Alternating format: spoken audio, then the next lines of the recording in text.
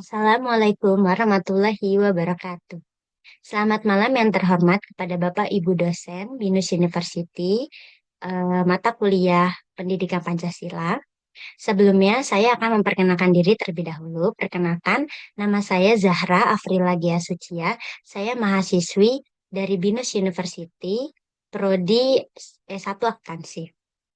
Di sini saya akan mempresentasikan hasil diskusi kelompok 5 Pendidikan Pancasila dan hasil wawancara yang saya lakukan terkait proposal yang telah saya kerjakan. Pertama-tama, judul yang akan saya presentasikan yaitu Stereotype Gender dan Kesempatan Kerja, yaitu tentang analisis persepsi masyarakat terhadap pekerja laki-laki dan perempuan dan dampaknya terhadap implementasi sila kelima Pancasila. Di sini saya akan membahas tentang latar belakang, rumusan masalah, hasil penelitian, saran dan kesimpulan, dan juga refleksi pribadi. Yang pertama-tama saya akan membahas tentang latar belakang. Yang kita ketahui dalam kehidupan sehari-hari, kesetaraan gender itu menjadi isu yang cukup penting. Karena dengan adanya kesetaraan gender itu akan mempermudah baik laki-laki atau perempuan dalam menjalankan pekerjaannya. Tetapi dengan adanya stereotip gender itu menyebabkan laki-laki dan perempuan memiliki keterbatasan dalam bekerja. Yang sering kita temui atau sering kita lihat stereotip gender terhadap laki-laki yaitu pekerjaan yang cocok adalah yang berkaitan dengan fisik atau berhubungan dengan kepemimpinan. Sedangkan untuk perempuan lebih tepatnya pekerjaan yang membutuhkan empati atau komunikasi. Akibatnya, dengan adanya stereotip gender seperti itu, perempuan memiliki peluang terbatas dalam mengembangkan karir, sementara laki-laki yang bekerja di bidang perawat atau guru TK dianggap menyimpang dari norma. Stereotip ini itu sangat berdampak dalam peluang mencari kerja dan juga peluang pekerja yang berkualitas karena adanya stereotip gender ini atau jenis kelamin. Dengan adanya penelitian ini bertujuan untuk menganalisis pengaruh stereotip gender terhadap kesempatan kerja yang berkaitan dengan Pancasila kelima, yaitu keadilan sosial bagi seluruh rakyat Indonesia. Harapan dengan adanya penelitian ini itu dapat mengurangi diskriminasi gender dan menciptakan lingkungan kerja yang adil dan inklusif. Selanjutnya, saya akan membahas rumusan masalah. Yang pertama, apa saja stereotip gender di masyarakat terkait kesempatan dalam bekerja atau batasan pekerjaan yang cocok diemban laki-laki ataupun perempuan. Yang kedua, itu adanya bagaimana dampak dari adanya stereotip gender bagi perempuan atau laki-laki dalam mendapatkan kesempatan bekerja. Yang ketiga itu, apakah dengan adanya stereotip gender ataupun kesenjangan dalam kesempatan bekerja ini merupakan salah satu contoh bentuk kegagalan kita sebagai masyarakat dalam mengimplementasikan sila kelima Pancasila, yaitu keadilan bagi seluruh rakyat Indonesia.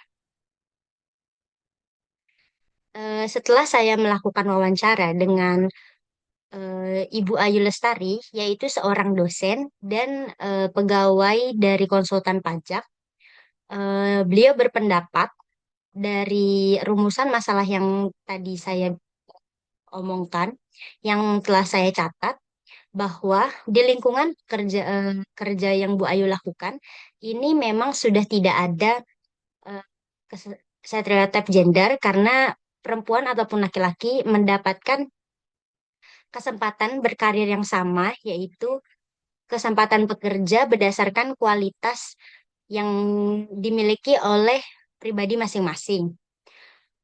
Menurut Bu Ayu sendiri, berdasarkan dengan adanya perkembangan zaman dan teknologi, memang belum sepenuhnya stereotip gender ini hilang, tetapi masih ada, cuman sudah berkurang dari yang sebelum-sebelumnya atau yang bisa kita bilang dari dulu ya.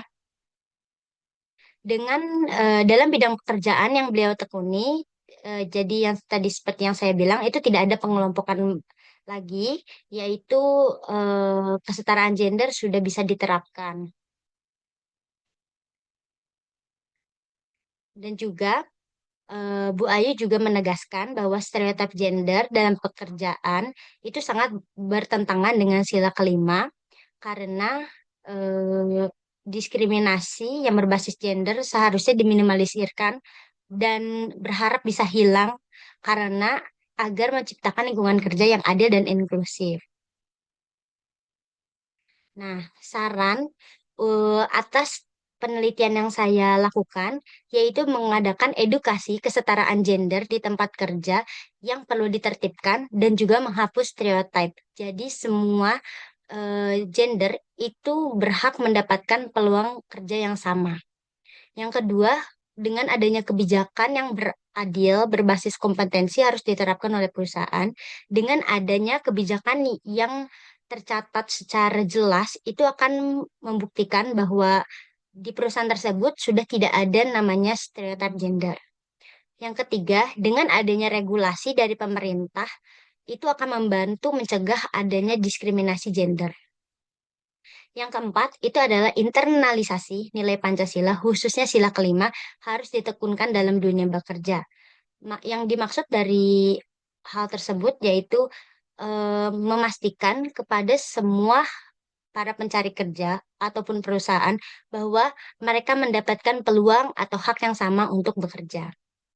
Nah, dan yang terakhir yaitu dukungan profesi non-stereotip bagi laki-laki dan perempuan harus diperkuat untuk menciptakan lingkungan kerja yang inklusif. Untuk refleksi pribadi dari saya, yaitu dengan adanya stereotip gender di dunia kerja, saya sangat menyadari, walaupun dengan adanya kemajuan teknologi yang sangat canggih seperti saat ini, diskriminasi itu masih ada, memang belum hilang, dan juga ketimpangan dalam kesempatan kerja itu menunjukkan dengan adanya perubahan pola pikir dan kebijakan yang lebih adil. Itu sangat diperlukan. Selain itu, sebagian dari masyarakat yang paling penting yaitu untuk mendukung kesetaraan gender agar kesempatan bekerja akan terbuka lebih besar dan juga akan mempermudah para pencari kerja untuk mendapatkan kerjanya. Sekian dari yang saya telah jelaskan. Mohon maaf apabila ada kesalahan. Terima kasih. Assalamualaikum warahmatullahi wabarakatuh.